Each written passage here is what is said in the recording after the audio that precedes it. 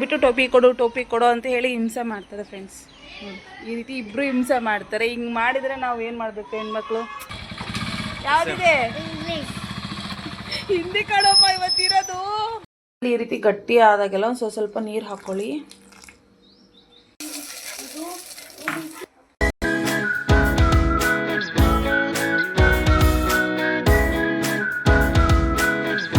Hi friends, ಎಲ್ಲರೂ ಹೇಗಿದ್ದೀರಾ? ಎಲ್ಲರೂ ಚೆನ್ನಾಗಿದ್ದೀರಿ ಅಂತೇಳಿ ಭಾವಿಸ್ತಾ. ಸೊ ಇವತ್ತಿನ ಒಂದು ಹೊಸ ವ್ಲಾಗ್ನೊಂದಿಗೆ ನಾನು ನಿಮ್ಮ ಜೊತೆ ಬಂದಿದ್ದೀನಿ. ಸೊ ಇವತ್ತಿನ ವ್ಲಾಗಲ್ಲಿ ಏನು ಹೇಳ್ತೀನಿ ಅಂತ ಹೇಳಿದರೆ, ದೋಸೆ ಚಟ್ನಿ ಹೇಗೆ ಮಾಡಬೇಕು ಅಂತ ಹೇಳ್ಬಿಟ್ಟು ನಮ್ಮನೇಲಿ ನಾನು ಹೇಗೆ ಮಾಡ್ತೀನಿ ಅದೇ ರೀತಿಯಾಗಿ ನಿಮಗೆ ತೋರಿಸ್ಕೊಡ್ತೀನಿ. ಅದೇ ರೀತಿಯಾಗಿ ನಂದು ಇವತ್ತಿನ ದಿನ ನಾನು ಯಾವ ರೀತಿ ನನ್ನ ದಿನಚರಿ ಇರುತ್ತೆ ಅಂತ ಹೇಳಿ ನಾನು ನಿಮಗೆ ತೋರಿಸ್ತಾ ಹೋಗ್ತೀನಿ. ಬನ್ನಿ ಹೋಗುವ. ಈಗ ತಾನೇ ನಮ್ಮ ಮನೇಲೆಲ್ಲ ಪೂಜೆ ಆಯಿತು.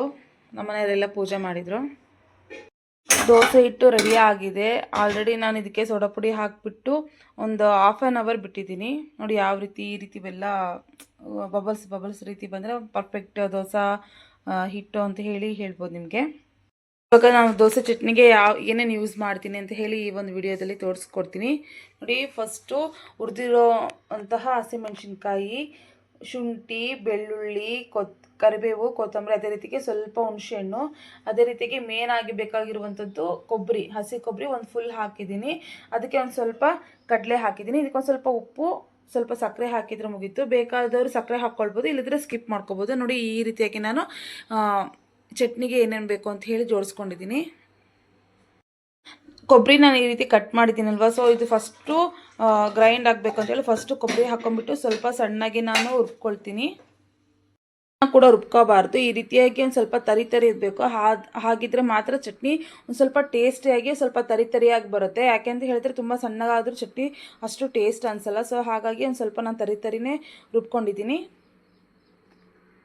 ಅದಕ್ಕೆ ಮತ್ತೆ ನಾನೀಗ ಏನು ಹುರಿದಿಟ್ಕೊಂಡಿದ್ನೆಲ್ಲ ಮೆಣಸಿನ್ಕಾಯಿ ಹಾಕ್ಕೊಳ್ತೀನಿ. ಅದೇ ರೀತಿಯಾಗಿ ಇದಕ್ಕೆ ಒಂದು ಸ್ವಲ್ಪ ಬೆಳ್ಳುಳ್ಳಿ ಹಾಕ್ಕೊಳ್ತೀನಿ, ಶುಂಠಿ ಮತ್ತು ಅದಕ್ಕೆ ಒಂದು ಸ್ವಲ್ಪ ಶುಂಠಿ ಆ್ಯಡ್ ಮಾಡ್ಕೊಳ್ತೀನಿ, ಕರಿಬೇವು, ಅದೇ ರೀತಿಯಾಗಿ ಕೊತ್ತಂಬರಿ, ನೆಕ್ಸ್ಟ್ ಬಂದುಬಿಟ್ಟು ಹುಣಸೆಹಣ್ಣು ಹಾಕ್ಕೊಂಡಿದ್ದೀನಿ, ಕಡ್ಲಿ. ಸೊ ನಮಗೆ ಎಷ್ಟು ರುಚಿಗೆ ತಕ್ಕಷ್ಟು ಉಪ್ಪನ್ನೇ ಆ್ಯಡ್ ಮಾಡ್ಕೊತೀನಿ. ಇಷ್ಟು ಸಾಕಾಗುತ್ತೆ. ಇದಕ್ಕೆ ಒಂದು ಸ್ವಲ್ಪ ನೀರು ಹಾಕ್ಕೊಂಡ್ಬಿಟ್ಟು ರುಬ್ಕೊಳ್ಳೋಣ.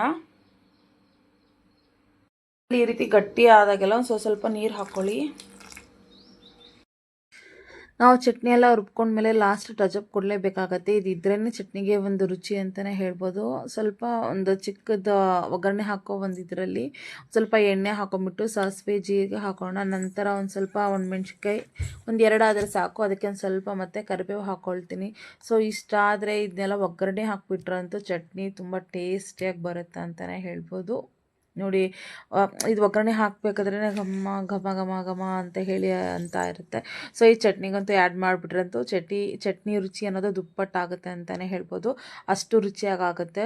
ಸೊ ನಾವು ಏನು ಚಟ್ನಿ ಮಾಡ್ಕೊಂಡಿದ್ವಲ್ಲ ತರಿಯಾಗಿ, ಸೊ ಆ ಒಂದು ಚಟ್ನಿಗೆ ಈ ಒಗ್ಗರಣೆಯನ್ನು ಹಾಕಿ ಮಿಕ್ಸ್ ಮಾಡ್ಕೊಂಡಿದ್ದೀನಿ. ನೋಡಿ ಯಾವ ರೀತಿ ಮಿಕ್ಸ್ ಮಾಡಿದ್ದೀನಿ ಅಂತ. ನಿಮಗೆ ಏನಾದರೂ ಗಟ್ಟಿ ಚಟ್ನಿ ಬೇಕಂದರೆ ಗಟ್ಟಿ ಚಟ್ನಿ, ಇಲ್ಲ ಸ್ವಲ್ಪ ನೀರು ಹಾಕ್ಕೊಂಡು ಸ್ವಲ್ಪ ನೀರು ಚಟ್ನಿ ಬೇಕಂದರೆ ನೀರು ಚಟ್ನಿನೂ ಕೂಡ ಇದರಲ್ಲಿ ಮಾಡ್ಕೋಬೋದು. ಕೇಳೋಣ ಬನ್ನಿ ನಮ್ಮ ಮಗಳಿಗೆ ಯಾವ ರೀತಿ ಆಗಿದೆ ಚಟ್ನಿ ಅಂತ ಹೇಳ್ಬಿಟ್ಟು. ನಮ್ಮ ಮಗಳಿಗೆ ದೋಸೆ ತಿಂತಾ ಇದ್ದಾಳೆ. ಚಟ್ನಿ ಆಗಿದೆ. ಚಿನ್ನು, ಚಟ್ನಿ ಹೆಂಗಾಗಿದೆ ಅಂತ ಹೇಳ್ಬಿಟ್ಟು ತಿಂದ್ಬಿಟ್ಟು ಹೇಳ್ಬೇಕು. ಚೆನ್ನಾಗಿದೆನಾ?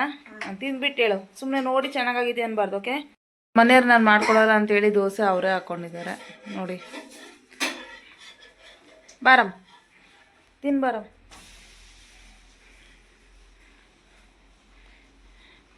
ಈಗೆಲ್ಲ ಮುಂಚೆಲ್ಲ ಅವಳೊಬ್ಬಳೇ ಉಣ್ತಾ ಇರಲಿಲ್ಲ. ಇವಾಗೆಲ್ಲ ಅವಳೊಬ್ಬಳೇ ಊಟ ಮಾಡ್ತಾಳೆ, ಎಲ್ಲ ಅವಳು ಮಾಡ್ಕೊತಾಳೆ ಅಲ್ಲ ಮಮ್ಮಿ?